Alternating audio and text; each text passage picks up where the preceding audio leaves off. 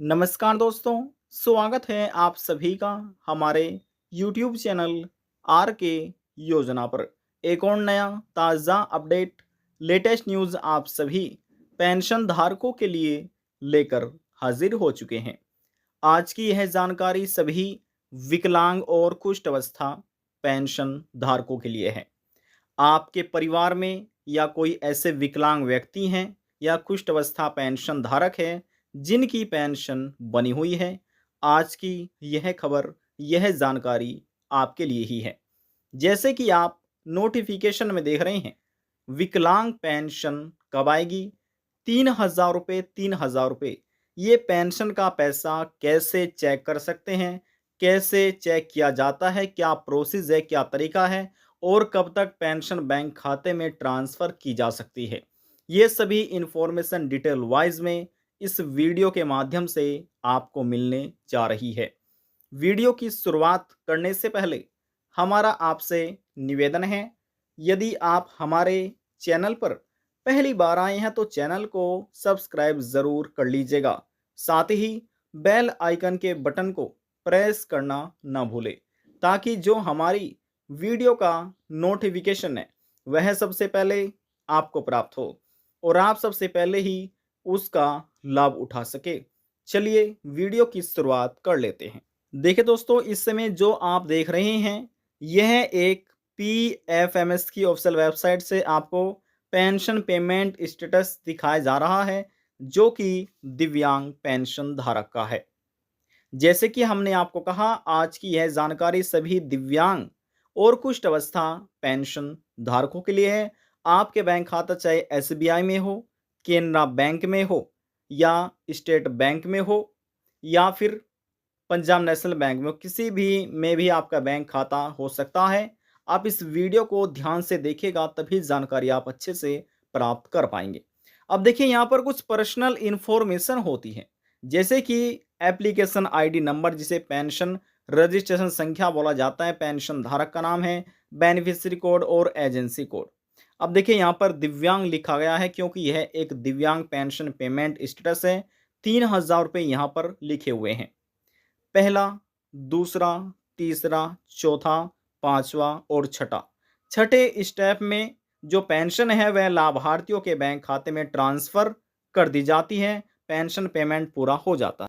अब देखिए दोस्तों, वर्ष 2024 के अंतर्गत जो पहली तिमाही किस्त थी वह अप्रैल, मई और जून महीने की थी, जो कि लाभार्थियों के बैंक खाते में 27 जून को ट्रांसफर कर दी गई थी। यानी कि जून महीने से ये पेंशन पेमेंट मिलना शुरू हो गया था। जून के महीने में मिला गया और 31 जुलाई तक सभी को ये पेंशन पेमेंट दे दिया गया था, चाहे वो फिर दिव्यांग हो, विधवा महिला हो, तलाकशुदा महिला या फिर कुष्ठ अवस्था पेंशन धारक हो। सभी को ये वर्ष 2024 की पहली किस्त मिल चुकी थी, जो कि अप्रैल, मई, जून महीने की है। इन पेंशन धारक को देखिए, 28/6/2024 यानी कि 28 जून को इनको पेंशन पेमेंट 3,000 रुपये का कर दिया गया था। इस तारीख में इनके बैंक खाते में ये क्रेडिट हो चुके थे। जी हाँ, ये आप देख रही हैं, ये वर्ष 2024 की पहली तिमाही किस्त थी। अब यहाँ पर आप ये देखिएगा, इसके बाद यहाँ पर देखिए, अब जो दोबारा से ये बेनिफिशियरी बनना शुरू हुई थी 30 अगस्त 2024 से 3,000 रुपये यहाँ पर आप अमाउंट देख रहे हैं, लेकिन 30 अगस्त को इनका रिजेक्ट हो गया था। जी हाँ, 30 अगस्त को रिजेक्ट हुआ और जो ये पेंशन रिजेक्ट हुई ये थी जुलाई, अगस्त, सितंबर महीने की, वर्ष 2024 की दूसरी यानी कि सेकंड इंस्टॉलमेंट, दूसरी किस्त के बारे में बात हो रही है। लेकिन देखिए, यहाँ पर रिजेक्ट हुआ। अब रिजेक्ट होने के बाद हम आपको नीचे लिए चलते हैं। अब नीचे होने के बाद यहाँ पर आप ये देख सकते हैं, लिखा हुआ है, यहाँ पर देखिए 3,000 रुपये अमाउंट आप देख रहे हैं, लिखा हुआ है। रिक्वेस्ट 2 सितंबर को की गई और 2 सितंबर को ही इनका ये वैलिड स्टेटस हो गया। और इसके बाद जो तीसरा स्टेप है, यानी कि पेंशन ट्रांसफ़र होने की प्रक्रिया का, यहाँ पर अंडर प्रोसेसिंग विद एजेंसी, इनका 2 स्टेप से ये अंडर प्रोसेसिंग में है। जैसे ये स्टेप कंप्लीट होता है, फिर यहाँ पर ये, जैसे हमने आपको कहा, ये पहला स्टेप है, ये दूसरा, ये तीसरा, ये चौथा, ये पांचवा और छठा। जी हाँ, छठे स्टेप में पेंशन बैंक खाते में ट्रांसफर कर दी जाएगी। अब तीसरे स्टेप पर ये पेंडिंग में है। जैसे ये पूरा हो जाएगा फिर ये चौथे स्टेप में यानी कि राजकोष के अधिकारी जो होते हैं उनके साइन होने हैं। इसके बाद यहाँ पर फाइल स्टेटस में जो इस समय पेंडिंग एट पेमेंट्स लिखा हुआ है, जैसे ये कार्य पूरा होगा इसके बाद यहाँ पर ये अपडेट हो जाएगा। फिर यहाँ से अपडेट होने के बाद किस तारीख के बैंक खाते में पेमेंट सक्सेसफुल होना है वह तारीख आपको शो हो जाएगी। अब देखिए ये कार्य पूरा होने में 10 से 15 दिन का समय लगता है, यानी कि ये 6 के 6 स्टेप पूरे होने में 10 से 15 दिन का समय लगता है। जैसे पूरे हो जाएंगे आपके बैंक खाते में 3,000 रुपये पेंशन राशि को क्रेडिट कर दिया जाएगा, आपको पेंशन का लाभ मिल जाएगा। अब बात करते हैं, देखिए जो विधवा महिला है, तलाकशुदा महिला, उनको जुलाई अगस्त सितंबर महीने की पेंशन सरकार ने देना प्रारंभ कर दी है। उनको पेंशन मिल भी रही है।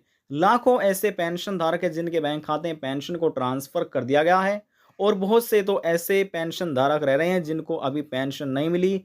जिनको नहीं मिली उनको भी जल्दी पेंशन दे दी जाएगी। और यदि हम बात करें जो ओल्ड एज पेंशन का लाभ ले रहे हैं 60 साल पेंशन का, उनको भी पेंशन ट्रांसफर करने की प्रक्रिया शुरू कर दी गई है।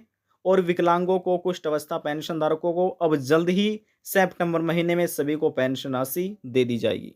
अब बात करते हैं सभी जो दिव्यांग है, कुष्ठ अवस्था पेंशन धारक है, विधवा महिला या तलाकशुदा या फिर ओल्ड एज यानी कि जो बुजुर्ग व्यक्ति हैं, वे अपना पेंशन पेमेंट स्टेटस कैसे चेक कर सकते हैं, क्या तरीका है, क्या प्रोसेस है, तो चलिए वह भी हम यहाँ पर आपको बता देते हैं। ऑनलाइन अपना पेंशन पेमेंट स्टेटस देखने के लिए, चेक करने के लिए इस प्रकार से आपको अपने मोबाइल फ़ोन में गूगल क्रोम ब्राउज़र को ओपन करना है, लिखना है PFMS, इतना आपको लिखना है और इसको सर्च कर देना है। अब जैसे हमने यहाँ पर सर्च किया, देखिए DBT status of beneficiary and payment detail लिखा आ चुका है, इसी पर आपको क्लिक करना है। अब जैसे हमने इस पर क्लिक किया, देखिए प्रोसेस चल गई है, प्रोसेस कंप्लीट हो चुकी है और 3 डॉट्स यहाँ पर आपको नज़र आ रहे होंगे। इन 3 डॉट्स पर आपको क्लिक करना है और अपने मोबाइल फ़ोन पर यहाँ पर क्लिक करके ये डेस्कटॉप साइट को आपको ओपन कर लेना है। हमने पहले से ही ओपन की हुई है। जैसे आप ओपन कीजिएगा तो फिर यहाँ पर आपको 3 लाइन नज़र आएगी। इन 3 लाइन पर आपको क्लिक करना है। एक बार क्लिक करने के बाद देखिए पेमेंट स्टेटस यहाँ पर लिखा हुआ है, ये पेमेंट स्टेटस पर आपको क्लिक करना है और देखिए लिखा मिलेगा डीबीटी स्टेटस ट्रैकर। जी हाँ, यानी कि हम बिना ओटीपी के बता रहे हैं कि आप अपना पेंशन पेमेंट कैसे चेक कर सकते हैं। इसमें आपको ओटीपी की आवश्यकता नहीं है। अब सबसे पहले यहाँ पर क्लिक करके आपको कैटेगरी का चुनाव करना है। जी हाँ, कौन सी कैटेगरी का चुनाव करना है क्लिक कर दीजिए और देखिए यहाँ पर आपको लिखा मिलेगा एनी अदर एक्सटर्नल सिस्टम का, यहाँ पर क्लिक कर दीजिए। यहाँ पर क्लिक करके आप अपनी कैटेगरी का चुनाव कर सकते हैं। एनी अदर एक्सटर्नल सिस्टम, ये जो कैटेगरी है ये उन पेंशन धारकों के लिए है जो उत्तर प्रदेश राज्य के निवासी हैं। जी हाँ, उत्तर प्रदेश राज्य के निवासी हैं, उनको इस कैटेगरी का चुनाव करना है। वे ही इस एनी अदर एक्सटर्नल का सिस्टम का चुनाव करके अपना पेंशन पेमेंट स्टेटस चेक कर सकते हैं। अब मान लीजिए कोई ऐसे व्यक्ति हैं उत्तर प्रदेश राज्य में रह रहे हैं और उन्हें अपना पेंशन पेमेंट स्टेटस देखना है, तो सबसे पहले इस प्रकार से कैटेगरी चुनाव करना है और यहाँ पर उन्हें अपना पेंशन का रजिस्ट्रेशन संख्या या एप्लीकेशन आईडी नंबर ही बोल सकते हैं, वह यहाँ पर दर्ज करना है इस बॉक्स में। और नीचे आने के बाद आपकी फ़ोन की स्क्रीन पर जो वर्ड वेरिफिकेशन कोड इस प्रकार से लिखे हुए हैं यहाँ पर आपको दर्ज करने हैं और सर्च का आइकन जो आपको नज़र आ रहा है ये वाला, इस पर आपको क्लिक कर देना है। क्लिक करने के बाद आप भी फिर कुछ इसी प्रकार से अपना पेंशन पेमेंट स्टेटस चेक कर सकते हैं PFMS की ऑफिशियल वेबसाइट के माध्यम से, जैसे अभी हमने आपको दिखाया था।